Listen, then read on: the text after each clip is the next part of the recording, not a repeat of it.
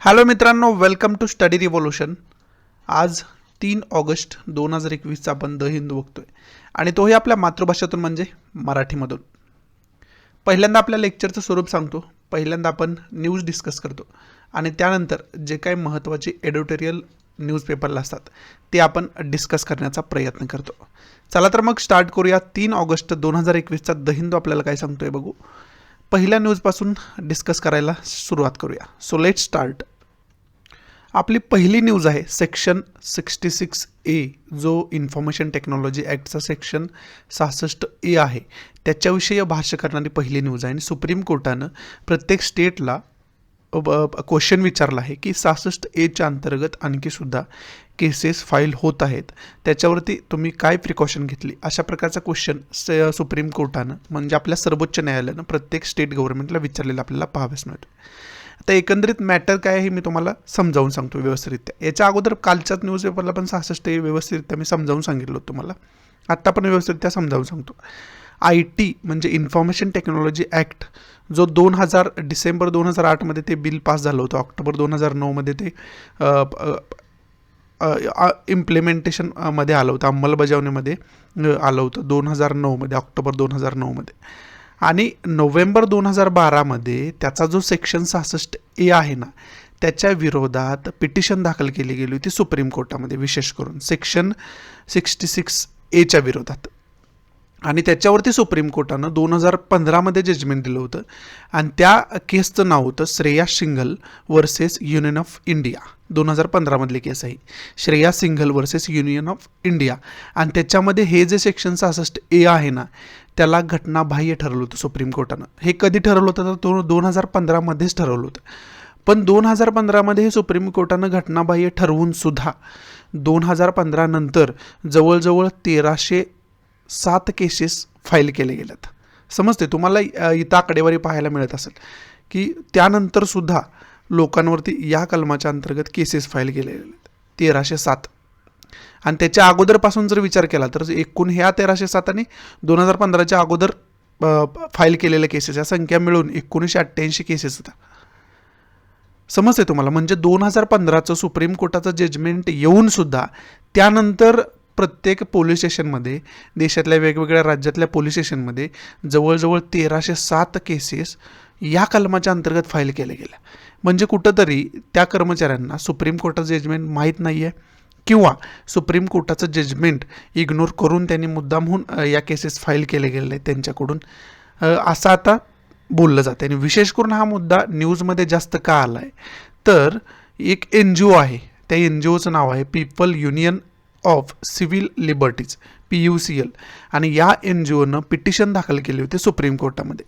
आणि त्या पिटिशनमध्ये सांगितलं होतं, आकडेवारी दिली होती खरं तर त्या पिटिशनमध्ये, की तुमचं जजमेंट येऊनसुद्धा 2015चं सुप्रीम कोर्टात जजमेंट येऊनसुद्धा सेक्शन 66A जे इन्फॉर्मेशन टेक्नॉलॉजी ॲक्टचं सेक्शन आहे ते रद्दबातल ठरवून सुद्धा त्याचा उपयोग त्यानंतर झालेला आहे. जवळजवळ 1307 केसेस फाईल झालेल्या आहेत असं सुप्रीम कोर्टाला पिटिशनमध्ये सांगण्यात आलं. आणि त्याच्यावर त्यावेळेस सुप्रीम कोर्टाने नाराजीसुद्धा मोठ्या प्रमाणात व्यक्त केली होती आणि आश्चर्य व्यक्त केलं होतं. आणि आता सुप्रीम कोर्ट प्रत्येक स्टेटला याच्यामध्ये लक्ष घालायला सांगत आहे आणि त्याच्यावरती क्वेश्चन विचारताना आपल्याला पाहाव्यास मिळते.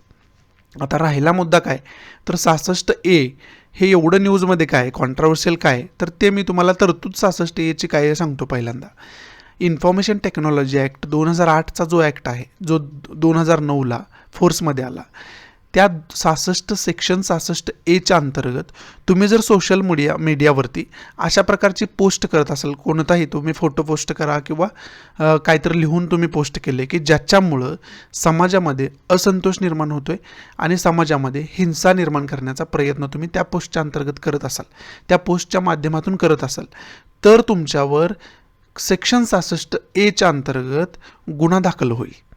अशी तरतूद सेक्शन 66A मध्ये आहे. म्हणजे कोणत्याही प्रकारचं भडकाऊ पोस्ट करत असाल, समाज माध्यमामध्ये असंतोष निर्माण करणारी पोस्ट तुम्ही सोशल मीडियावर करत असाल, सोशल मीडिया म्हणजे कुठेही तुम्ही फेसबुक घ्या, व्हॉट्सअप घ्या, कोणतंही इन्स्टा घ्या, कोणतंही सोशल मीडिया घ्या, त्याच्यावरती तुम्ही पोस्ट करत असाल अशा प्रकारची की ज्याच्यामुळं समाजामध्ये असंतोष किंवा लॉ अँड ऑर्डरची सिच्युएशन निर्माण होत असेल, तर तुमच्यावरती 66A अंतर्गत गुन्हा दाखल होईल आणि त्याच्यामध्ये जवळजवळ 3 वर्षाची सजा आणि काही दंडात्मक कारवाई अशा प्रकारची तरतूद केलेली होती 66A अंतर्गत. आता तुम्ही म्हणाल 66A अंतर्गत ही तरतूद आहे, त्यात कॉन्ट्रोवर्शियल असण्यासारखं काय आहे? जर सोशल मीडियावरती तुम्ही अशा प्रकारची पोस्ट करत असाल तर तुम्हाला शिक्षा व्हायलाच पाहिजे. तुमचं बरोबर आहे, परंतु या 66A खूप मोठ्या प्रमाणात चुकीचा वापर केला गेला आहे.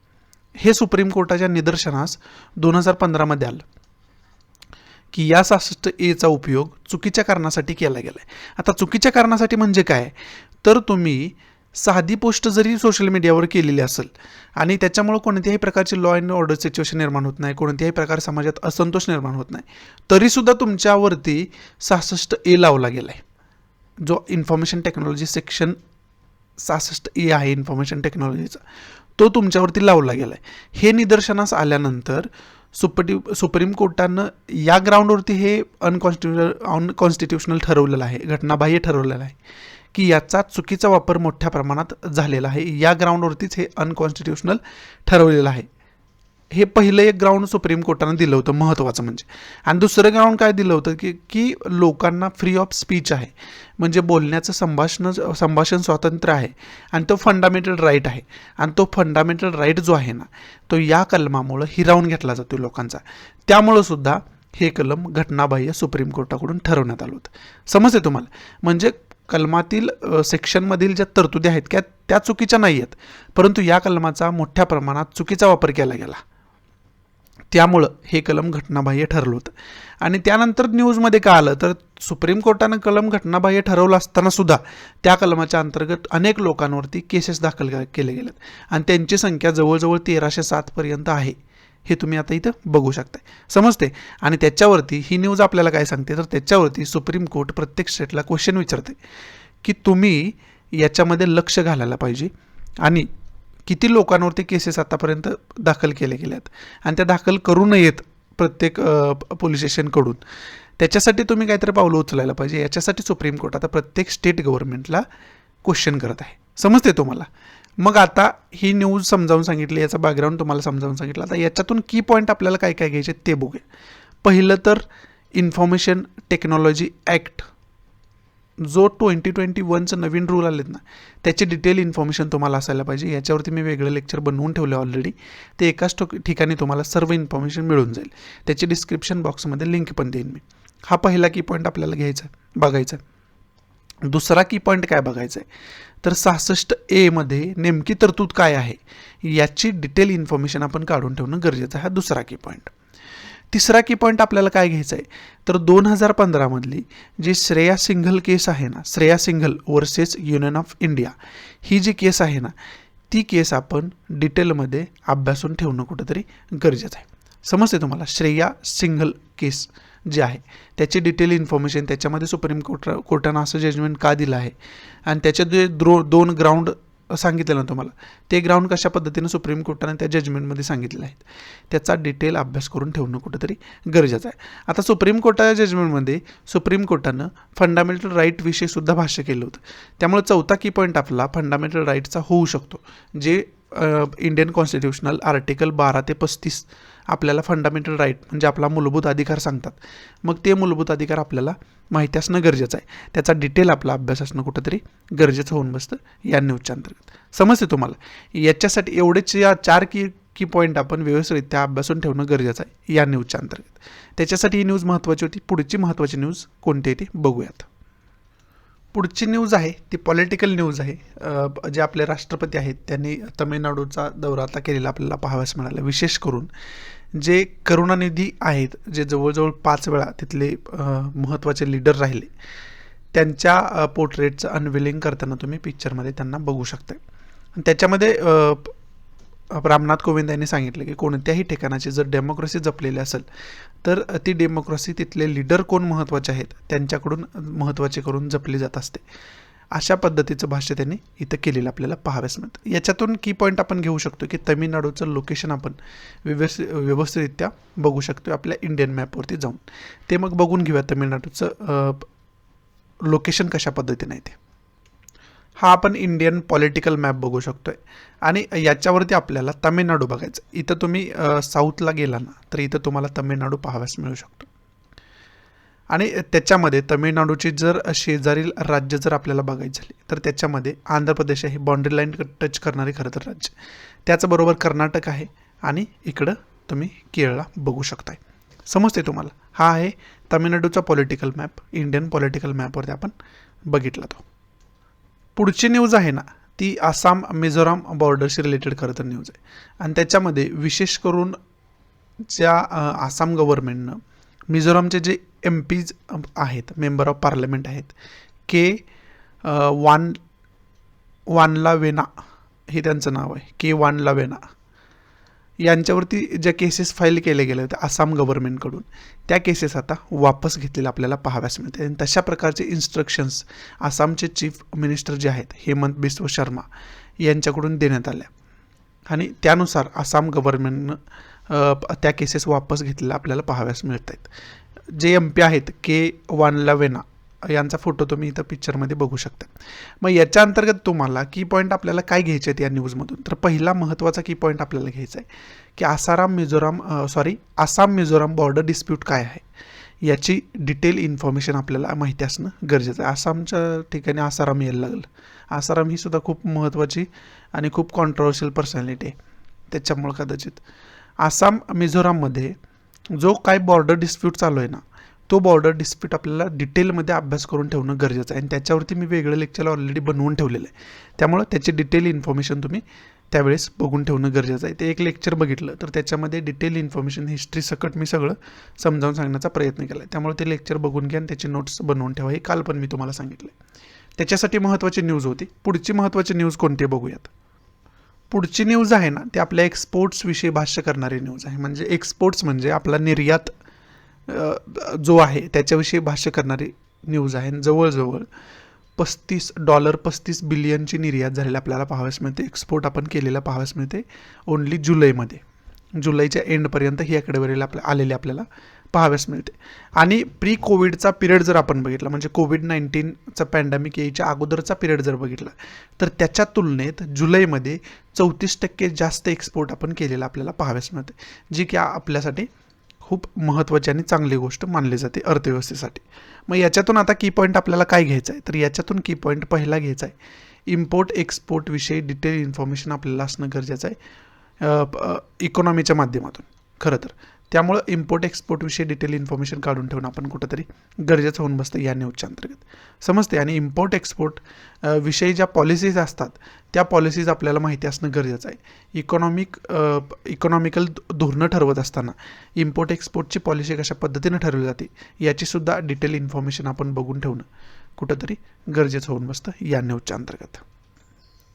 पुढची न्यूज आहे ती आत्ताच 12वी टॉप कॉन्फरन्स आपल्याला झालेली पाहाव्यास मिळाली. कोणाकोणामध्ये ते चायनीज आर्मी आणि इंडियन आर्मीमध्ये 12वं चर्चासत्र पार पडलेलं आपल्याला पाहाव्यास मिळालं. आणि त्याच्यामध्ये विशेष करून जो LACचा पार्ट आहे ना, लाईन ऑफ ॲक्च्युअल कंट्रोलवरती जो गोग्रा व्हॅली आहे, त्यानंतर हॉट स्प्रिंग आहे, याच्यामध्ये शांतता प्रस्थापित करण्याचं याच्या 12व्या ज्या चर्चासत्रामध्ये बोलणं त्यांच्यामध्ये झालेलं आपल्याला पाहाव्यास मिळालं. पण आत्ता न्यूज काय येते तर त्याच्यामध्ये कोणत्याही प्रकारचा ऑफिशियल ॲग्रीमेंट झालेला आजपर्यंत नाही. अजून ऑफिशियल त्याच्यामध्ये ॲग्रीमेंट झालेलं नाही. मग याचा अर्थ काय आहे, फक्त तुम्ही बोलताय आणि पुन्हा एकदा तशा प्रकारच्या ॲक्टिव्हिटी चायनीज आर्मी करून केल्या जातील अशी शक्यता कुठंतरी सांगणारी ही न्यूज असलेली आपल्याला पाहाव्यास मिळते. मग याच्याशी रिलेटेड जो मॅप आहे ना, तो मॅप आपण बघून ठेवणं गरजेचं आहे. हा आपला की पॉईंट आहे. म्हणजे लाईन ऑफ ॲक्च्युअल कंट्रोल नेमकं काय आहे त्याचा मॅप व्यवस्थितरित्या आपण बघून ठेवणं गरजेचं आहे. तो मॅप आपण बघून ठेवूयात. इथं आपण ऑनलाईन मॅप बघू शकतो आहे कशा पद्धतीचं आहे. आणि त्याच्यामध्ये विशेष करून हे जी रेड लाईन दिली आहे ना, ती रेड लाईन आहे लाईन ऑफ ॲक्च्युअल कंट्रोल. त्याला आपण लाईन ऑफ ॲक्च्युअल कंट्रोल म्हणतो. आणि हा जो टोटल इकडचा भाग आहे ना, तो चायना व्याप्त काश्मीर मानला जातो. त्याला अक्साई चीनसुद्धा म्हणतात. आणि याच एरियावरून वारंवार आपलं क्लॅश असतो दोघांमध्ये, इंडियन आर्मी आणि चायनीज आर्मीमध्ये. विशेष करून या लाईन ऑफ ॲक्च्युअल कंट्रोलवरती जे काही एरियाज आहेत ना त्याच्यावरून जास्त वाद असतो. आणि त्याच लाईन ऑफ ॲक्च्युअल कंट्रोलवरती विशेष करून गलवान व्हॅली आहे. इथंच आपल्याला गेल्या वर्षी मोठ्या प्रमाणात रक्तपात झालेला पाहाव्यास मिळाला. याच्यामध्ये काही जवानसुद्धा शहीद झाले होते. त्यानंतर पुढचा एरिया आहे हॉट स्प्रिंग. आत्ताच हॉट स्प्रिंगविषयी आपण बोललो होतो. त्यानंतर हा जो एरिया आहे तो आहे पँगांगसोचा एरिया, पँगांगसो लेक. याच्यावरून सुद्धा मोठ्या प्रमाणात वाद चालू असतो. अशा प्रकारचे महत्त्वाचे एरियाज जे आहेत जे न्यूजमध्ये असतात ते आपल्याला लाईन ऑफ ॲक्च्युअल कंट्रोलवरती असलेले पाहाव्यास मिळतात. त्यामुळेच खरं तर ते न्यूजमध्ये असतात, कारण त्या एरियाजवरून दोघांमध्ये आपल्याला मोठ्या प्रमाणात क्लॅश झालेला पाहाव्यास मिळतो. समजतं तुम्हाला? याच्यासाठी आपल्याला न्यूज मध्ये विशेष करून मॅप बघणं गरजेचं असतं. त्याच्यामुळे तुम्हाला मी मॅप दाखवायचा प्रयत्न केला. त्यानंतर पुढची केस आहे ना, त्याच्यामध्ये सुशील कुमारवरती मेन ॲक्युज्ड म्हणून कारवाई करण्यात येणार असलेले आपल्याला पाहाव्यास मिळते. ते ह्या न्यूजमध्ये आपल्याला सांगितलेलं पाहाव्यास मिळते. त्याच्यामध्ये जवळजवळ 12 जणांचा समावेश आहे. यांच्याकडून सुशील कुमारकडून काय झालं तर एका पैलवानाचे म्हणजे छत्रसाल स्टेडियममध्येच तो प्रॅक्टिस करत होता आणि त्याची हत्या झालेली आपल्याला पाहाव्यास मिळाली होती आणि त्याच्या अंतर्गत त्यांना अरेस्टसुद्धा केली. ती आता जेलमध्ये आहेत आणि त्याच्यावरती आता आजपर्यंत चार्जशीट दाखल झाली नव्हती, पण आता चार्जशीट दाखल सुप्रीम कोर्टाने केली गेली. सुप्रीम कोर्ट नाही, दिल्ली पोलिसांकडून केली गेली आणि ते चार्जशीट जे आहे ते जवळजवळ 1000 पेजेसची चार्जशीट असलेली आपल्याला पाहाव्यास मिळते आणि त्याच्यामध्ये मेन गुन्हेगार जो आहे त्याच्यामध्ये सुप्रीम कोर्टाचं सुशील कुमार म्हणाय ते सुप्रीम कोर्ट यायला लागले जास्त. सुशील कुमारवरती केसेस त्याच्यामध्ये दाखल केले गेलेले आपल्याला पाहाव्यास मिळते आणि मेन ॲक्युज्ड म्हणजे मेन आरोपी म्हणून सुप्रीम कोर्ट सुशील कुमारला त्याच्यामध्ये कन्सिडर केले गेलेले आपल्याला पाहाव्यास मिळते. समजते? मग त्याच्यामुळं हे जे आहे सुशील कुमार जे आहेत ते डबल ऑलिम्पिक मेडलिस्ट आहेत. मग त्याच्याविषयी सुद्धा डबल ऑलिम्पिक मेडलिस्ट म्हणजे कोणकोणतं मेडल त्यांच्या नावावर आहे त्याचीसुद्धा डिटेल इन्फॉर्मेशन आपल्याला असणं कुठंतरी गरजेचं आहे या न्यूजच्या अंतर्गत. समजते तुम्हाला? त्यामुळं ही न्यूजसुद्धा आपल्याला महत्त्वाची असलेली आपल्याला पाहाव्यास मिळते आणि एक केस स्टडी म्हणून सुद्धा हा मॅटर तुम्हाला माहिती असणं गरजेचं आहे. एक ऑलिम्पिक विनर ते एक गुन्हेगार याचीसुद्धा डिटेल इन्फॉर्मेशन आपल्याला असणं कुठंतरी गरजेचं आहे. आणि जर आपण आपलं बिहेवियर व्यवस्थित नाही ठेवलं तर आपण कुठून कुठपर्यंत जाऊ शकतो याचं एक खूप चांगलं एक्झाम्पल आहे. त्यामुळे ही केस स्टडीसुद्धा तुम्हाला कुठंतरी माहिती असणं गरजेचं आहे माझ्या हिशोबानं. त्यामुळं हे सुद्धा बघून ठेवा की नेमकी ही केस स्टडी काय आहे, नेमकं काय घडलं होतं याची डिटेल इन्फॉर्मेशन आपल्याला कुठंतरी असणं गरजेचं आहे. पुढची न्यूज आहे ना ती नितीश कुमार यांच्याशी रिलेटेड न्यूज असलेली आपल्याला पाहाव्यास मिळते आणि त्यांनी पेगासस स्पायवेअरविषयी भाष्य केलेलं आपल्याला पाहाव्यास मिळते. त्यांनी असं म्हटलं की जे स्पायवेअरविषयी जे चालू आहे ना पब्लिकमध्ये त्याची व्यवस्थितरित्या इन्व्हेस्टिगेशन व्हायला पाहिजे आणि त्याचा जो काही रिपोर्ट आहे तो टोटल गव्हर्नमेंटनं पब्लिश करायला पाहिजे, पब्लिक करायला पाहिजे पब्लिकमध्ये, असं त्यांचं मत असलेलं आपल्याला पाहाव्यास मिळते. मग याच्या अंतर्गत पहिला की पॉईंट काय येऊ शकतोय तर पेगासस स्पायवेअरविषयी डिटेल इन्फॉर्मेशन असणं गरजेचं आहे. समजते? आणि त्याच्यावरती ऑलरेडी मी लेक्चर बनवून ठेवलेलं आहे, त्याची डिस्क्रिप्शन बॉक्समध्ये लिंक पण दिले. एका ठिकाणी तुम्हाला पेगाससविषयी डिटेल इन्फॉर्मेशन मिळून जाईल, दुसरीकडे कुठं तुम्हाला जायची गरज पडणार नाही. पुढची न्यूज आहे ती आंध्र प्रदेश तेलंगणा स्टेटशी रिलेटेड न्यूज आहे आणि त्याच्यामध्ये आंध्र प्रदेशनं खऱ्या अर्थानं तेलंगणावरती कृष्णा रिव्हर वॉटर डिस्प्यूटवरून केस दाखल केलेली आपल्याला पाहाव्यास मिळते आणि त्याच्यामध्ये मग 2 राज्यांमध्ये सुप्रीम कोर्टानं मध्यस्थी करायची ऑफर आता केलेली आपल्याला पाहाव्यास मिळते. म्हणजे सुप्रीम कोर्टानं आता जाहीर केलं आहे की 2 राज्यांमधला जो डिस्प्यूट आहे तो आपण डिस्कशननं सोडवणं कुठंतरी गरजेचं आहे असं सुप्रीम कोर्टानं सांगितलेलं आपल्याला पाहाव्यास मिळते. आणि त्यांच्यामध्ये विशेष करून कृष्णा रिव्हर जे आहे, विशेष करून महाराष्ट्रामधून उगम पावणारी कृष्णा रिव्हर, त्या कृष्णा रिव्हरच्या पाणी वाटपावरून 2 राज्यांमध्ये वारंवार कॉन्फ्लिक्ट असलेलं आपल्याला पाहाव्यास मिळते. मग पहिली तर गोष्ट काय तर कृष्णाविषयी डिटेल इन्फॉर्मेशन आपल्याला माहिती असणं गरजेचं आहे आणि त्याचा मॅपसुद्धा आपण बघून ठेवणं कुठंतरी गरजेचं होऊन बसतं या न्यूजच्या अंतर्गत. हा पहिला की पॉईंट आपला. दुसरा की पॉईंट काय तर तेलंगणा आणि आंध्र प्रदेश यांचं लोकेशन आपण व्यवस्थितरित्या बघून ठेवणं कुठंतरी गरजेचं होऊन बसतं या न्यूजच्या अंतर्गत. मग या दोन्ही गोष्टींचा अभ्यास आपण मॅपच्याद्वारे करून बघूया आणि त्याची डिटेल इन्फॉर्मेशन जेवढी आपल्याला जमतं आहे तेवढं आपण काढून घेऊयात. ही आपण ऑनलाईन मॅप बघू शकतो कृष्णा रिव्हरचा. विशेष करून कृष्णा रिव्हरचा उगम जो आहे ना तो महाराष्ट्रातल्या महाबळेश्वरमध्ये आणि त्याच्यामध्ये कोणकोणते स्टेक होल्डर आहेत. एक तर इथं महाराष्ट्र आपल्याला पाहावयास मिळत आहे, त्यानंतर इकडे कर्नाटक आहे, त्याचबरोबर इकडे तेलंगणा आणि आंध्र प्रदेश ही स्टेट खरं तर स्टेक होल्डर याच्यामध्ये असलेले पाहावयास मिळतात, भागीदार याच्यामध्ये असलेले पाहावयास मिळतात. या स्टेटमधून कृष्णा रिव्हर वाहताना आपल्याला पाहाव्यास मिळते. मग विशेष करून डिस्प्यूट 2 स्टेटमध्ये असलेला पाहाव्यास मिळते. तर ती 2 स्टेट कोणकोणती आहेत तर ती आहेत तेलंगणा आणि आंध्र प्रदेश. आणि या दोघांच्या बाँड्री लाईनवरून ही कृष्णा रिव्हर वाहताना आपल्याला तुम्ही इथं पाहू शकता, आपल्याला दिसू शकते इथं, समजते. आणि यामुळंच दोघांच्यामध्ये पाणी वाटपावरून खरं तर वाद आहे. आणि आंध्र प्रदेशचं असं मत आहे की आंध्र प्रदेशच्या नागरिकांवरती तेलंगणा वारंवार अन्याय करत आहे. कारण का, तर आंध्र प्रदेशच्या लोकांच्या हिश्श्याचं पाणीसुद्धा तेलंगणा वापरण्याचा प्रयत्न करतं वारंवार, असा आंध्र प्रदेश आरोप तेलंगणावरती लावताना आपल्याला वारंवार पाहाव्यास मिळतं, समजते. त्यामुळं हा खरं तर मॅप तुम्हाला माहिती असणं कुठंतरी गरजेचं आहे. आणि पुढं बे ऑफ बेंगॉलला जाऊन कृष्णा रिव्हर मिळत असलेले आपल्याला पाहाव्यास मिळते, समजते. हा बेसिक मॅप आहे कृष्णा रिव्हरचा. पुढची न्यूज आहे ते महाराष्ट्र गव्हर्नमेंटचे माजी गृहमंत्री जे होते अनिल देशमुख यांच्याशी रिलेटेड न्यूज आहे. आणि त्यांनी पुन्हा एकदा ED जे एन्फोर्समेंट डायरेक्टरेट आहे, त्यांनी जो समन्स त्यांना बजावलं होतं आणि हजर राहायला सांगितलं होतं, ती मीटिंग त्यांनी पुन्हा एकदा बंक केलेलं आपल्याला पाहाव्यास मिळते, पुन्हा एकदा बुडवलेलं आपल्याला पाहाव्यास मिळते, समजते. आणि यांच्यावरती विशेष करून आरोप काय आहे, तर खंडणीचा आरोप आहे. जवळजवळ 100 कोटींची खंडणी यांनी पोलिसांना वसूल करायला लावली, अशा प्रकारचा यांच्यावरती आरोप असलेला आपल्याला पाहाव्यास मिळतो. त्यामुळे कुठं तर हे जास्त न्यूजमध्ये असलेले आपल्याला पाहाव्यास मिळतात. त्यामुळे केस स्टडी म्हणून याचीसुद्धा इन्फॉर्मेशन तुम्हाला असणं कुठेतरी गरजेचं आहे. पुढं आपल्याला राज्यसभेमधली कारवाई सांगण्याचा प्रयत्न केला या न्यूजच्या अंतर्गत.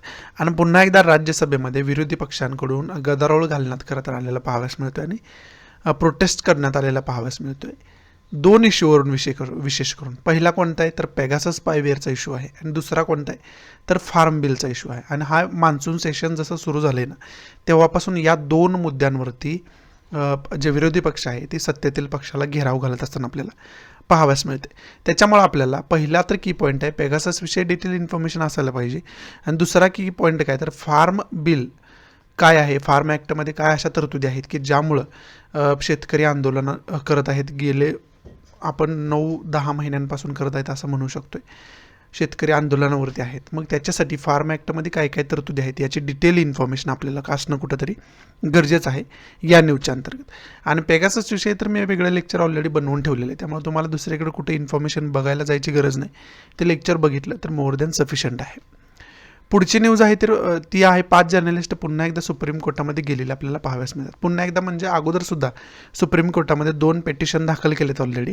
आता आणखी 5 जर्नलिस्ट जे आहेत ते सुप्रीम कोर्टामध्ये गेलेले आहेत आणि त्यांनी सांगितले की आम्हाला स्नुपिंग केलं गेलं पेगाससकडून, पेगासस स्पायवेअरच्या माध्यमातून. स्नुपिंग म्हणजे आमच्यावरती नजर ठेवण्यात आली, आमचे मोबाईल हॅक करण्याचा प्रयत्न केला गेला, अशा प्रकारचे आरोप त्यांनी लावलेले आपल्याला पाहाव्यास मिळत आहेत. विशेष करून त्यांचं मत असं आहे की आमचं हे जे आमच्यासोबत झालं आहे ते आमच्या फंडामेंटल राईटचं म्हणजे प्रायव्हसीचा जो फंडामेंटल राईट आहे त्याचं हनन आहे, असं कुठंतरी त्यांच्याकडून बोललं जात आहे.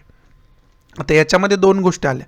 पहिला तर काय, तर पेगासस स्पायवेअरचा विषय आला, त्याची तर इन्फॉर्मेशन तुम्हाला बघायचीच आहे. दुसरा विषय आला फंडामेंटल राईट. आणि फंडामेंटल राईट कशाचा, तर प्रायव्हसी म्हणजे खाजगीपणाचा जो फंडामेंटल राईट आहे त्याच्याविषयी बोललं जातं याच्यामध्ये. मग खाजगीपणा हा आपला मूलभूत अधिकार असेल हे कोणत्या जजमेंटमध्ये सुप्रीम कोर्टानं सांगितलं होतं, तर ते सांगितलं होतं KS पुट्टास्वामी जजमेंटमध्ये. मग ती KS पुट्टास्वामी जजमेंट आहे ना, ती डिटेलमध्ये आपण अभ्यासून ठेवणं कुठंतरी गरजेचं होऊन बसतं या न्यूजच्या अंतर्गत. समजते KS पुट्टास्वामी जजमेंटमध्ये सुप्रीम कोर्टानं पहिल्यांदा सांगितलं होतं की प्रायव्हसी हा लोकांचा मूलभूत अधिकार असेल, समजते. त्यामुळे KS पुट्टास्वामी केससुद्धा तुम्हाला डिटेलमध्ये माहिती असणं कुठंतरी गरजेचं आहे. पुढची न्यूज आहे इन्शुरन्स ॲक्ट जो नवीन आहे त्याच्या अमेंडमेंटचं जे बिल आहे ते लोकसभेमध्ये पास झालेलं पाहाव्यास मिळते. परंतु त्याला विरोधी पक्षांकडून मोठ्या प्रमाणात विरोध केला जातो आहे. कारण त्यांचं मत असं आहे की हे जे नवीन अमेंडमेंट बिल आलेलं आहे इन्शुरन्स ॲक्टचं, त्याच्यामध्ये खाजगी कंपन्यांना जास्त प्रेफरन्स देण्याचा प्रयत्न केला आहे, असं कुठंतरी बोललं जात असताना आपल्याला पाहाव्यास मिळते.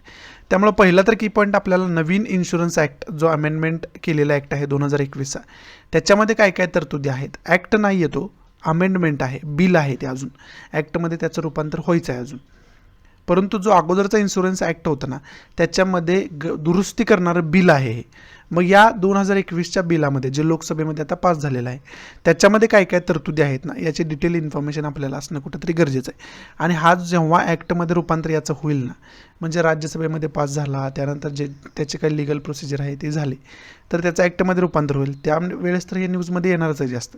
त्यामुळे आत्ताच जर त्या तरतुदी बघून ठेवल्या तर आपल्याला मोर दॅन सफिशियंट आहे आणि बेनिफिशियल आहे. त्यामुळे त्याची डिटेल इन्फॉर्मेशन आपल्याला असणं कुठंतरी गरजेचं होऊन बसतं या न्यूजच्या अंतर्गत. पुढची न्यूज आहे वेस्ट बेंगॉलशी रिलेटेड न्यूज आहे. आणि वेस्ट बेंगॉलच्या ज्या चीफ मिनिस्टर आहेत ममता बॅनर्जी यांच्याकडून खेला होप हा इव्हेंट इनॉग्रेट केले गेलं या इव्हेंटचा. आता खेला होपचा मतलब काय आहे तर गेम इज ऑन हा मतलब आहे, म्हणजे खेळ सुरू होईल आता हा मतलब आहे, खेळ सुरू आहे अजून हा त्याचा अर्थ असलेला आपल्याला पाहाव्यास मिळतो. त्यामुळं खेला होपची सुद्धा इन्फॉर्मेशन आपल्याला असायला पाहिजे. प्रीला डायरेक्ट अशा प्रकारच्या कीवर्ड्सवरती सुद्धा क्वेश्चन फॉर्म झालेले आपल्याला पाहाव्यास मिळतात. खेला होप हा इव्हेंट कुठं इनॉग्रेट केला गेला होता किंवा त्याच्याविषयी थोडीशी इन्फॉर्मेशन विचारली जाईल, त्यामुळं तुम्हाला त्याची इन्फॉर्मेशन असायला पाहिजे. हा पहिला की पॉईंट. आणि दुसरा की पॉईंट काय आहे तर वेस्ट बेंगॉलचं लोकेशन आपण व्यवस्थितरित्या बघून ठेवणं कुठंतरी गरजेचं आहे. मग ते वेस्ट बेंगॉलचं लोकेशन आपण बघून घेऊयात कुठं आहे नेमकं. इथं आपण इंडियन पॉलिटिकल मॅपवरती वेस्ट बेंगॉलचं लोकेशन इथं बघू शकतो. हे आहे वेस्ट बेंगॉलचं लोकेशन. आणि त्याच्या शेजारील इंटरनॅशनल बाउंड्रीचा जर विचार केला तर त्याला बाउंड्री बांगलादेशची टच करताना आपल्याला पाहाव्यास मिळते. त्यानंतर भूतानची बाउंड्री त्याला टच करताना आपल्याला पाहाव्यास मिळते. त्याचबरोबर नेपाळची बाउंड्री त्याला टच करताना आपल्याला पाहाव्यास मिळते. समजते तुम्हाला. आणि राज्यांच्या बाउंड्रींचा जर विचार केला तर राज्यांची कोणकोणत्या बाउंड्री टच करते तर इथं वरती सिक्कीमची बाउंड्री टच करताना पाहाव्यास मिळते. इकडं आसामची बाउंड्री टच करते या ठिकाणी. त्यानंतर इकडं बिहारची बाउंड्री टच करते, इथं झारखंडची बाउंड्री टच करते या. आणि त्यानंतर इथं ओडिसाची बाउंड्री टच करताना इथं पाहाव्यास मिळते आपल्याला. एवढ्या राज्यांची बाउंड्री खरं तर वेस्ट बेंगॉलला टच करताना आपल्याला पाहाव्यास मिळते या ठिकाणी. इंडियाचा फिजिकल मॅप आपण बघितला ना तर तिथं महत्त्वाचे रिव्हर कोणते तर हुगळी रिव्हर महत्त्वाचे रिव्हर असलेले आपल्याला पाहाव्यास मिळते. आणि ते हुगळी रिव्हर जे आहे ते खरं तर उपनदी कोणाचे तर गंगा रिव्हरची उपनदी असलेली आपल्याला पाहाव्यास मिळते. समजते. गंगा रिव्हर बेसिनसुद्धा वेस्ट बेंगॉलसाठी खूप महत्त्वाचं असलेलं आपल्याला पाहाव्यास मिळते. समजते. हुगळी रिव्हर त्यामुळे आपण लक्षात ठेवणं कुठंतरी गरजेचं होऊन बसतं या न्यूजच्या अंतर्गत. पुढची न्यूज आहे ऑस्ट्रेलियाचे जे माजी प्राईम मिनिस्टर आहेत टोनी ॲबॉट हे सोमवारी म्हणजे काल आपल्याला दिल्लीमध्ये लँड केलेले पाहाव्यास मिळाले. म्हणजे भारताच्या 4 दिवसाच्या दौऱ्यावरती आता कालच्यापासून असताना आपल्याला पाहाव्यास मिळतात. आणि त्यांचा विशेष करून ते कशाला आलेत भारतामध्ये तर व्यापाराविषयी बातचीत करण्यासाठी आलेले आहेत. आणि विशेष करून प्रोडक्ट कोणता आहे तर डेअरी प्रोडक्टविषयी त्यांची बातचीत याच्यामध्ये होत असताना आपल्याला पाहाव्यास मिळतात. मग ते महत्त्वाचे लीडर्स असतील, ते पॉलिटिकल महत्त्वाचे लीडर असू द्या किंवा बिझनेस महत्त्वाचे लीडर्स असू द्या, बिझनेस रिलेटेड त्यांची ते भेट घेताना आपल्याला या 4 दिवसात आता पाहाव्यास मिळतात. मग आता पहिला की पॉईंट आपला काय तर इंडिया ऑस्ट्रेलिया रिलेशनशिप आपण बघून ठेवणं गरजेचं आहे. कशा पद्धतीचा हा पहिला की पॉईंट. विशेष करून ट्रेड रिलेशन म्हणजे व्यापारिक संबंध आपले कशा पद्धतीचे आहेत हे आपण बघून ठेवणं गरजेचं आहे या न्यूजच्या अंतर्गत. आणि दुसरा की पॉईंट काय तर ऑस्ट्रेलियाचं लोकेशन इंडियापासून कशा पद्धतीचं आहे हे लोकेशनसुद्धा आपल्याला वर्ल्ड मॅपच्या माध्यमातून बघणं कुठंतरी गरजेचं आहे. मग ते लोकेशन आपण इथंच व्यवस्थितरित्या बघून ठेवूया ऑस्ट्रेलियाचं कशा पद्धतीचं आहे इंडियापासून. या मॅपवरती आपण बघू शकतोय की कशा पद्धतीनं ऑस्ट्रेलियाचं लोकेशन आहे इंडियापासून. इथं आपण ऑस्ट्रेलिया बघू शकतोय आणि इंडियाचं लोकेशन या साईडला आहे. म्हणजे इंडियापासून ऑस्ट्रेलिया कुठं आहे हे आपण या मॅपमध्ये व्यवस्थितरित्या बघू शकतो. आणि मधल्या ज्या महत्त्वाच्या कंट्री आहेत त्याच्यामध्ये पापुआ न्यू गिनी आहे, त्यानंतर इंडोनेशिया आहे, मलेशिया आहे, व्हिएतनाम आहे. इकडं फिलिपाईन्स आपल्याला पाहाव्यास मिळते. आणि त्या दिवशी मी सांगितलं होतं हा जो आहे तो साऊथ चायना सीचा पार्ट आहे, तो जास्त न्यूजमध्ये असतो. त्यानंतर इथं थायलंड पाहाव्यास मिळते, इथं म्यानमार पाहाव्यास मिळते. समजते. इथं लक्षद्वीप सी आहे, इथं अरेबियन सी आहे, इथं बे ऑफ बेंगॉल आणि इकडं इंडियन ओशन असलेलं आपल्याला पाहाव्यास मिळते. समजते. हे लोकेशन खरं तर दाखवणं गरजेचं होतं, ते मी तुम्हाला दाखवण्याचा प्रयत्न केला. आणि बाकी जर महत्त्वाचे एरियाज बघितलं तर इथं बंदा सी आहे, इथं आराफुरा सीज आहे, इथं ग्रेट ऑस्ट्रेलियन बाईट आहे, त्यानंतर गुल्फ ऑफ थायलंड आहे इकडं. हे सुद्धा आपल्याला माहिती असणं कुठंतरी गरजेचं आहे. पहिली न्यूज आहे ते इंडियन काउन्सिल ऑफ मेडिकल रिसर्चशी रिलेटेड आहे. त्यांची एक स्टडी आली आहे. त्या स्टडीमार्फत काय सांगितले जाते की डेल्टासारखा जर व्हेरियंट सापडत असेल ना, तर तो व्हेरियंट तुम्ही जे वॅक्सिन घेतलेले आहे, विशेष करून कोवॅक्सिन, त्याच्यामुळे तुमच्या बॉडीमध्ये अँटीबॉडीज निर्माण झालेले आहेत. म्हणजे थोडक्यात आपण रोगप्रतिकारशक्ती म्हणूया आपण त्याला, ते डेल्टा व्हेरियंट जो आहे तो कमी करण्याचं कार्य करतो. परंतु मेडिकल रिसर्च जे आहे, Indian Council of medical research यांनी हे सुद्धा त्याचबरोबर सांगितलं आहे की आपण जे वॅक्सिन घेतो आहे ते मोर दॅन सफिशियंट आहे. त्याच्यामुळे घाबरण्याची कोणतीही गरज नाही. पण स्टडीचा रिपोर्ट जो आहे तो अशा प्रकारचा आलेला असलेला आपल्याला पाहाव्यास मिळतं. म्हणजे अँटीबॉडीज कुठेतरी कमी करण्याचं कार्य डेल्टासारखा व्हेरियंट करत असताना आपल्याला पाहाव्यास मिळतं. मग याच्यातून आपल्याला की पॉईंट काय काय घ्यायचे आहे, तर कोविड-19चे व्हेरियंट्स कोणकोणते आहेत याची डिटेल आपल्याला इन्फॉर्मेशन असणं कुठेतरी गरजेचं आहे. हा पहिला की पॉईंट. आणि दुसरा की पॉईंट काय तर Indian Council of medical research विषयी विकिपीडियाच्या माध्यमातून डिटेल इन्फॉर्मेशन काढून ठेवणं आपल्याला गरजेचं आहे. मग आता हे व्हेरियंट कोणकोणते आहेत ना, त्या व्हेरियंटची लिस्ट एकदा आपण पडताळून बघूयात कोणकोणत्या जगामध्ये व्हेरियंट आहेत कोविड-19चे आत्तापर्यंत. इथं आपण व्हेरियंट कोविड-19चे वेगवेगळे पाहू शकतो आपण. त्याचं लिनिएज काय आहे आणि त्याला नावं कोणकोणती दिलेली आहेत. तर वर्ल्ड हेल्थ ऑर्गनायझेशननं लेबल्स दिलेले आहेत. पहिल्यांदा अल्फा जो आहे त्याचं लिनिएज आहे B.1.7, B.1.1.7 हे त्याचं लिनिएज आहे. हा युकेमध्ये, युनायटेड किंगडममध्ये सप्टेंबर 2020मध्ये पहिल्यांदा सापडला होता. त्यानंतर बेटा चं लिनेज आहे B.1.351, तो साऊथ आफ्रिकामध्ये पहिल्यांदा सापडला होता मे 2020मध्ये. त्यानंतर गॅमा आहे, गॅमाचं लिनेज आहे P.1, हा ब्राझीलमध्ये नोव्हेंबर 2020मध्ये पहिल्यांदा सापडला होता. त्यानंतर डेल्टा व्हेरियंट आहे, जो आत्ता आपण डेल्टाविषयी बोलतोय. खरं तर इंडियामध्ये ऑक्टोबर 2020मध्ये पहिल्यांदा सापडला होता आणि त्याचं लिनेज आहे B.1.617.2. खरं तर इंडियामध्ये 3 प्रकारचे व्हेरियंट सापडतात. इंडियामध्ये 3 प्रकारचे व्हेरियंट सापडतात आणि तिन्हीच्या तिन्ही व्हेरियंट तुम्हाला माहिती पाहिजे. त्याचं लिनेज पहिल्यांदा सांगतो B.1.617.1 हा पहिला लिनेज आहे पहिल्या व्हेरियंटचं. त्यानंतर B.1.617.2 हे दुसरा व्हेरियंट सापडतो आणि तिसरा व्हेरियंट जो आहे तो B.1.617.3 हा तिसरा व्हेरियंट सापडतो. मग आता यातला डेल्टा कोणता आहे, तर हा 0.2 जो आहे तो डेल्टा मानला जातो. समजते. आणि जो सेकंड जी वेव्ज आपल्यात आले होते ना, त्याच्यामध्ये खरं तर डेल्टा हा महत्त्वाचा व्हेरियंट सापडलेला आपल्याला पाहाव्यास मिळाला होता. समजते. पुढचे व्हेरियंट बघूया. त्यानंतर इप्सिलॉन आहे, त्याचं लिनेज आहे B.1.427 और B.1.429 हे त्याचं लिनेज आहे. हा USA मार्च 2020मध्ये पहिल्यांदा सापडला होता. त्यानंतर झेटा आहे P.2, हा ब्राझीलमध्ये एप्रिल 2020मध्ये सापडला होता पहिल्यांदा. त्यानंतर एटा आहे B.1.525, हा मल्टिपल कंट्रीजमध्ये सापडला होता. तो एका कोणत्याही कंट्रीमध्ये सापडला असं आपल्याला आजपर्यंत म्हणता आलेलं नाही. त्यानंतर थेटा आहे P.3, फिलिपाईन्समध्ये जानेवारी 2021मध्ये पहिल्यांदा सापडला होता. त्यानंतर आयोटा आहे B.1.526, USA नोव्हेंबर 2020मध्ये पहिल्यांदा सापडला होता. त्यानंतर कप्पा आहे B.1.617.1, इंडियामध्ये ऑक्टोबर 2020मध्ये सापडला होता. म्हणजे जो हे जे पहिलं लिनिएज तुम्हाला सांगितलं ना B.1.617.1 याला आपण कप्पा असं म्हणतो. समजते. आणि आता तुम्ही म्हणाल मग हा तिसऱ्याचं नाव काय आहे, तर तिसऱ्याचं नाव जे त्याचं लिनिएज आहे ना तेच त्याचं नाव आहे. त्याला कोणत्याही प्रकारचं नाव आत्तापर्यंत देण्यात आलेलं नाही. आणि शेवटचा जो लांबडा जो व्हेरियंट आहे C.37 तो पेरूमध्ये ऑगस्ट 2020मध्ये पहिल्यांदा सापडलेला होता.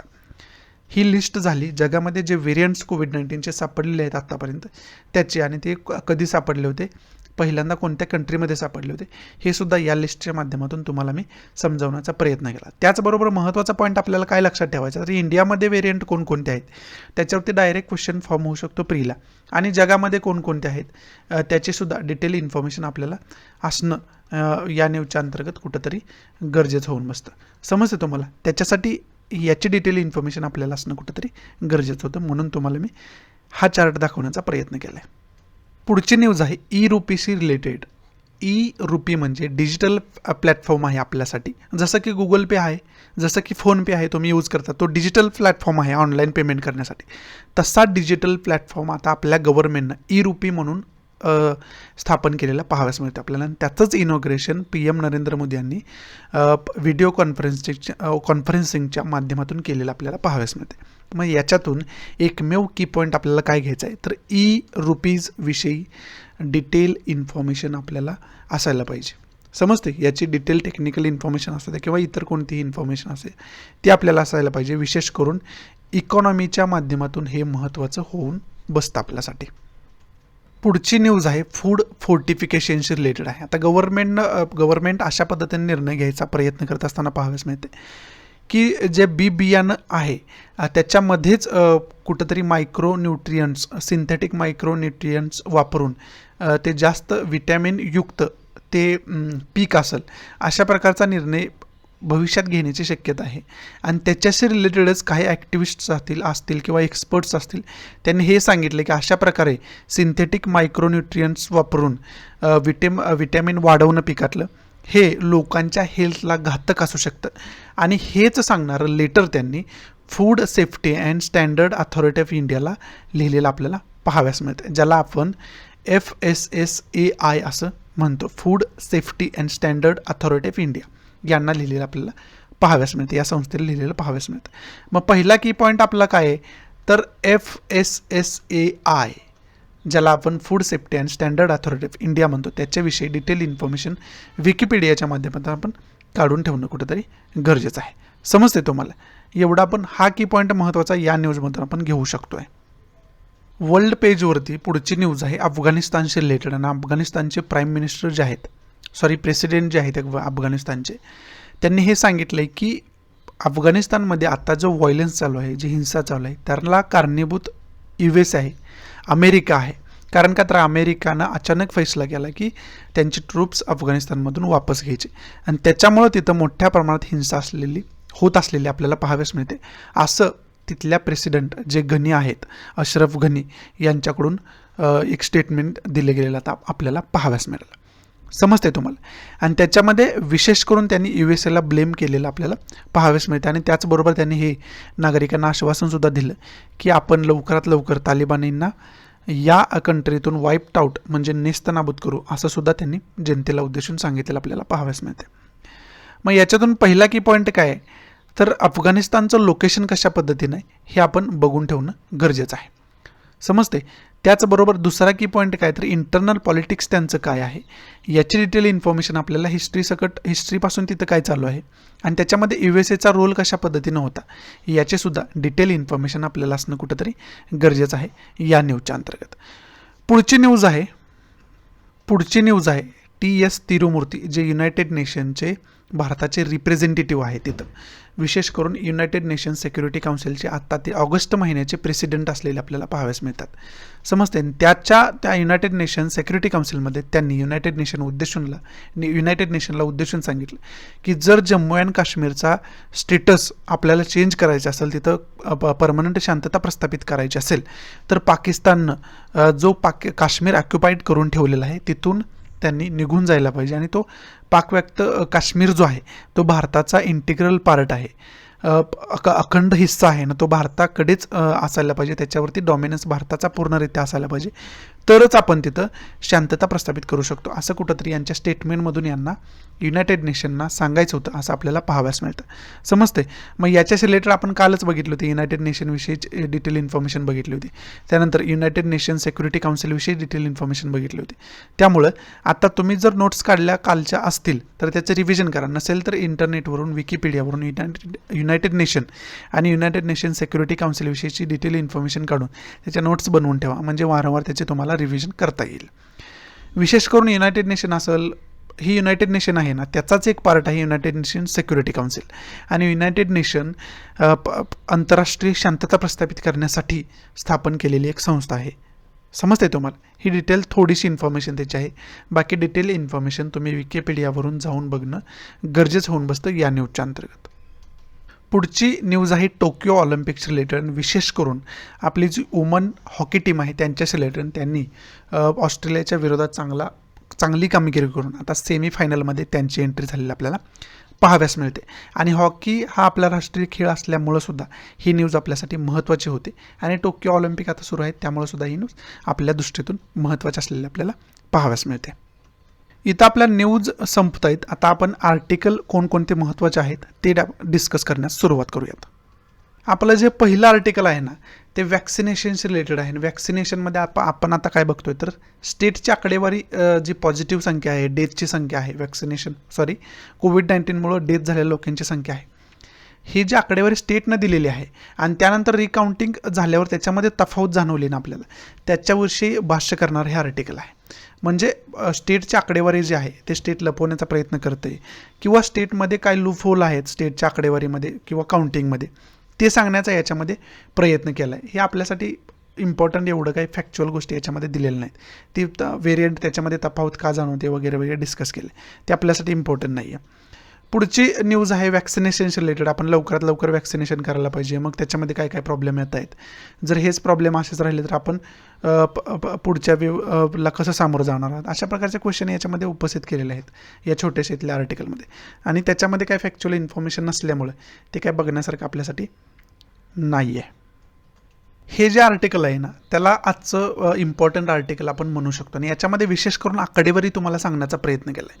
त्यामुळे मी तुम्हाला हे आर्टिकल ना डिटेलमध्ये लाईन टू लाईन समजावण्याचा प्रयत्न करतो, म्हणजे तुम्हाला व्यवस्थितता समजावून पण घेता येईल. त्यामुळे या आर्टिकलमध्ये ज्यावेळेस मी समजावून सांगतोय त्यावेळेस तुमचं लक्ष पूर्ण असणं अपेक्षित आहे. याच्यामध्ये विशेष करून पिरियॉडिक लेबर फोर्स सर्व्हेविषयी बोलले गेले. PLFS ज्याला आपण म्हणतो, पिरियॉडिक लेबर फोर्स सर्व्हे, जो 2019-20 कंडक्ट केला गेला होता. आणि त्याच्यामध्ये विशेष करून लेबर्स फोर्सविषयी बोलले गेले. जे आत्ताचे एम्प्लॉयर्स आहेत, लेबर आहेत, त्यांची आकडेवारी देणारा खरं तर हा सर्वे आहे. आणि त्याच्यामध्ये इक्वेशन्स काय काय सांगितले आहेत, त्याच्यामध्ये लेबर फोर्स पार्टिसिपेशन रेट सांगितलं आहे. म्हणजे लेबर फोर्स पार्टिसिपेंट म्हणजे कामामध्ये जे लेबर आहेत त्यांचं पार्टिसिपेशन कोविड-19मध्ये किती प्रमाणात होतं हे याच्यामध्ये मोठ्या प्रमाणात सांगण्याचा, खूप चांगल्या पद्धतीनं सांगण्याचा प्रयत्न केला आहे. म्हणजे पार्टिसिपेशन म्हणजे काय तर कोविड-19मध्ये लेबर म्हणजे माझी काम करायची तरी इच्छा आहे पण कामच उपलब्ध नाही, त्यामुळे मी त्यात पार्टिसिपेट करू शकत नाही कारण काम उपलब्ध नाही. मग तो रेशोसुद्धा याच्यामध्ये सांगण्याचा प्रयत्न केला आहे. म्हणजे लेबर भरपूर आहेत पण त्यांना काम नाही, त्यांना एम्प्लॉयमेंट नाही, त्यांना रोजगार नाही, हे सुद्धा सांगण्याचा या रिपोर्टमध्ये प्रयत्न केला असं या आर्टिकलमध्ये सांगितलं. त्यानंतर वर्कर पॉप्युलेशन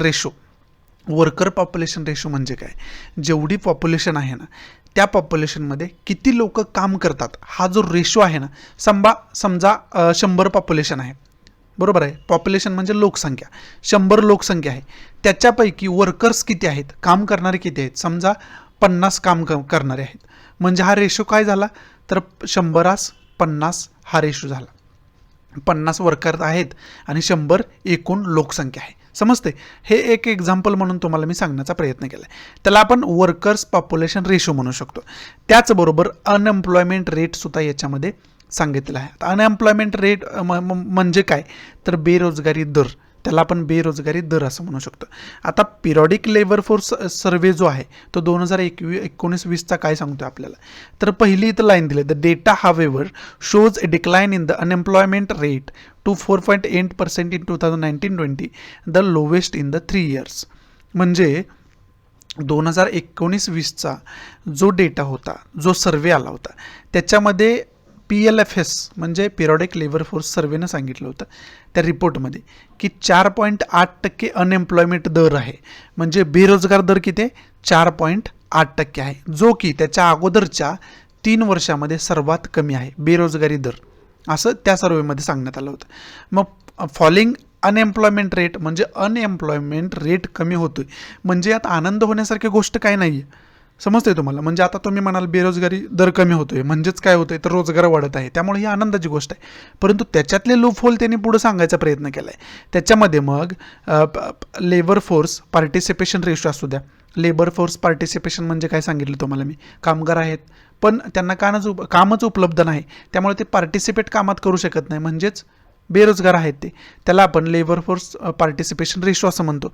त्याचबरोबर WPR दिला आपल्याला, वर्कर पॉप्युलेशन रेशो, म्हणजे एकूण पॉप्युलेशनमध्ये वर्कर्स किती आहेत. त्यानंतर अनएम्प्लॉयमेंट रेट दिला आणि त्याच्यामधून त्यांनी सांगण्याचा प्रयत्न केला आहे की तुम्ही अनएम्प्लॉयमेंट रेट कमी झाला आहे म्हणून तुम्ही आनंदित होण्याचं काही कार्य नाही. त्याच्यामध्ये विशेष करून जर बघितला डेटा जो आहे तो लॉंग टर्मसाठी पण आहे आणि शॉर्ट टर्मसाठी पण आहे विशेष करून. मग त्याच्यामध्ये usual status and current weekly status दिले.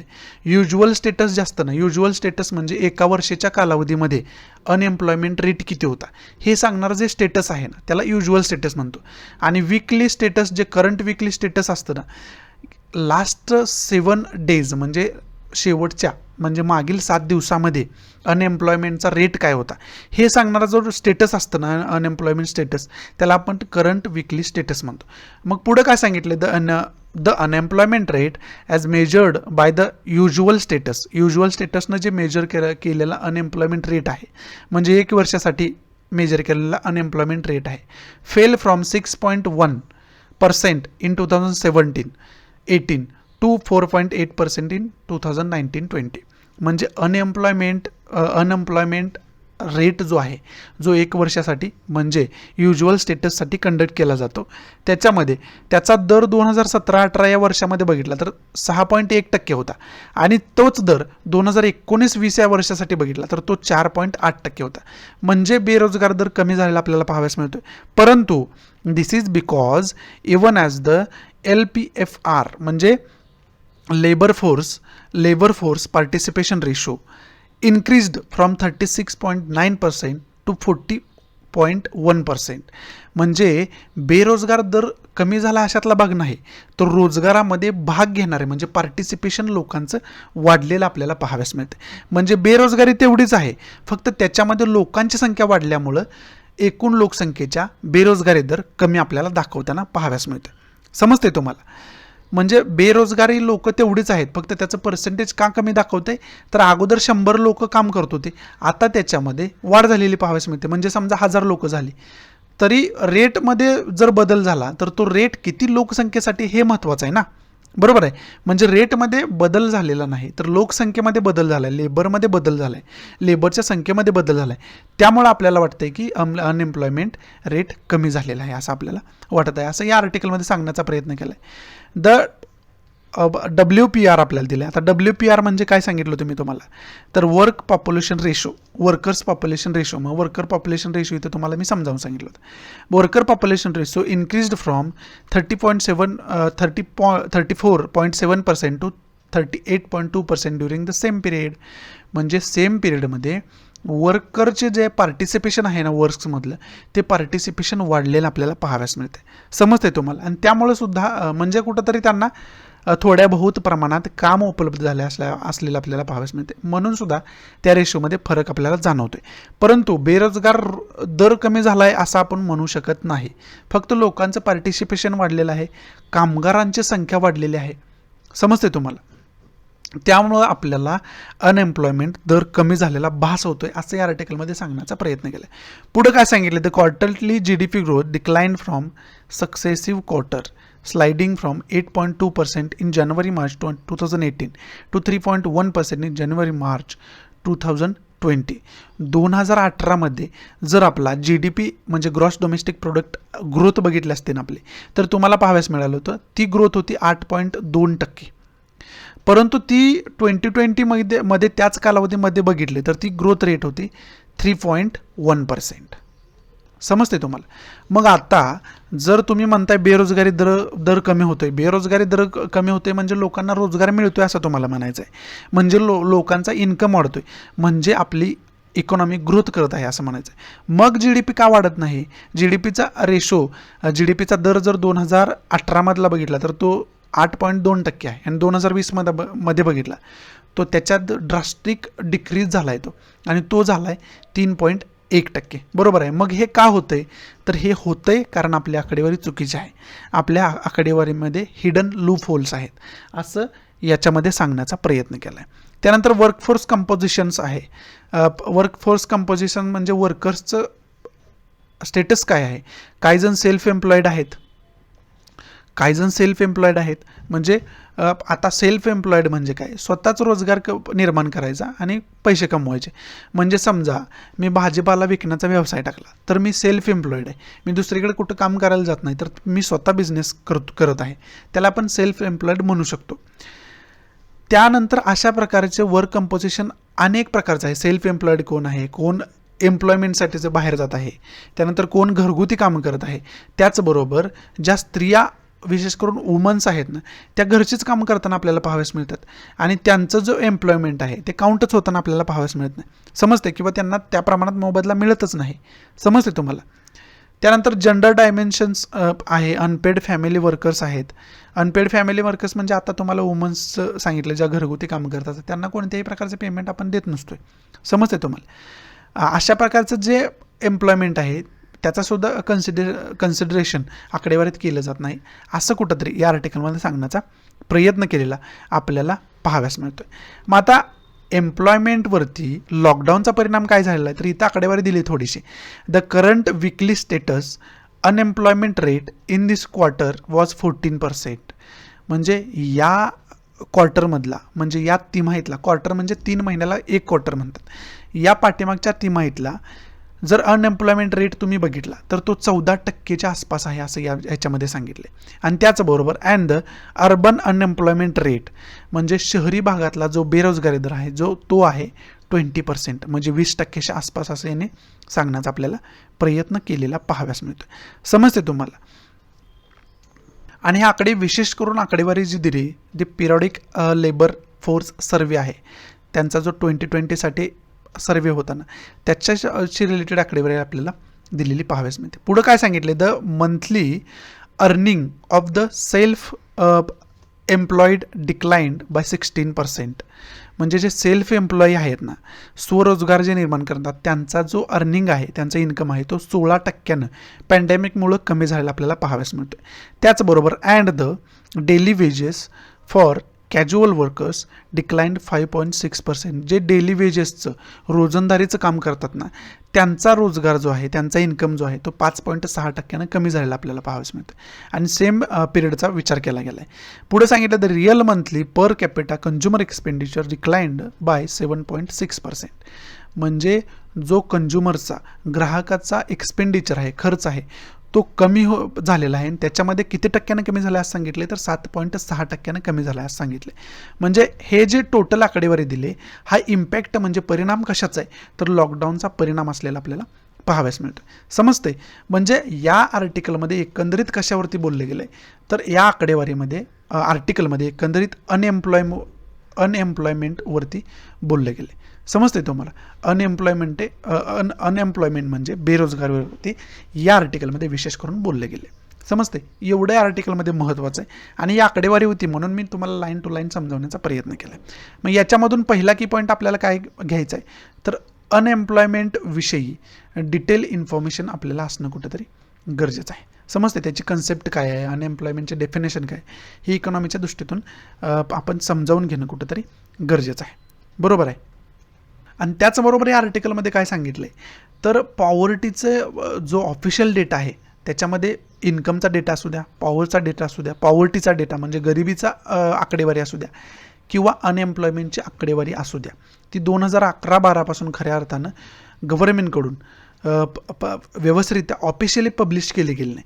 त्यामुळे आपण ऑफिशियली सांगू शकत नाही की आपला गरिबी दर काय आहे, आपला अनएम्प्लॉयमेंट दर आहे काय आहे, आणि ते सुद्धा मोठं कारण आहे असं या आर्टिकलमध्ये सांगितलं. म्हणजे गव्हर्नमेंटला सुद्धा अशा प्रकारची आकडेवारी जाहीर करणं गरजेचं आहे, गव्हर्नमेंटनं करायला पाहिजे असं कुठंतरी या आर्टिकलमध्ये सांगण्याचा प्रयत्न केला. म्हणजे आपल्याला अनएम्प्लॉयमेंटची कन्सेप्ट बघायची, त्याचबरोबर पॉवर्टीची कन्सेप्ट इथं दिली. त्यामुळं पॉवर्टीची कन्सेप्टसुद्धा आपण बघून ठेवणं गरजेचं आहे. नेमकं गरिबी कशाला म्हणायचं, आणि त्याच्यामध्ये मग BPL कार्ड्स धारक आहेत त्यांचा उल्लेख येतो, बिलो पॉवर्टी लाईन, ती कन्सेप्ट काय ती सुद्धा डिटेलमध्ये आपण बघून ठेवणं कुठं ते गरजेचं आहे. समजते. हे 2 की पॉईंट आहे, याच्यातून आपण बघून ठेवणं अत्यंत आवश्यक होऊन बसतं. याच्यासाठी महत्त्वाचं हे आर्टिकल होतं. पुढचं जे हे आर्टिकल आहे ना, ते टोटल कर्नाटक बेस्ड जी पॉलिटिक्स आहे त्या पॉलिटिक्सवरती डिपेंड आहे. त्यामुळे आपल्यासाठी अजिबात इम्पॉर्टंट नाही आहे आर्टिकल. त्यामुळे हे डिटेलमध्ये डिस्कस करण्याची आवश्यकता नाही आहे. पुढचं आर्टिकल आहे ते पुन्हा कशावर आलं, तर पेगासस स्पायवेअरशी डिटेल, म्हणजे पेगासस स्पायवेअर्सचा पेगाससचा परिणाम आपल्या डेमोक्रेसीवरती काय होतोय हे सांगणारं हे आर्टिकल आहे.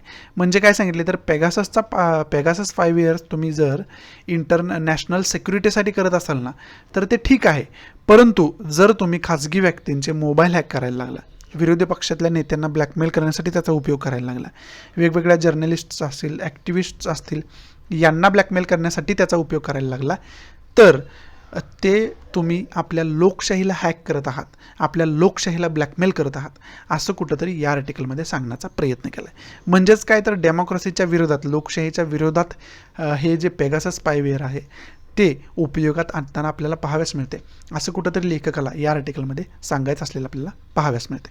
मग याच्यातून मी पुन्हा एकदा तुम्हाला काय सांगतोय तर पेगाससविषयी डिटेल इन्फॉर्मेशन तुम्हाला असायला पाहिजे, आणि त्याच्याशी रिलेटेड मला माहिती आहे हे न्यूजमध्ये जास्त वेळ राहील मला माहिती होतं, त्यामुळे मी वेगळं लेक्चर बनवून ठेवलं आहे पेगाससविषयी, त्यामुळं ते लेक्चर डिटेलमध्ये बघून घ्या. त्यामुळे पेगासस स्पायवेअरविषयी डिटेल मराठीमधून इन्फॉर्मेशन तुम्हाला एकाच ठिकाणी मिळून जाईल.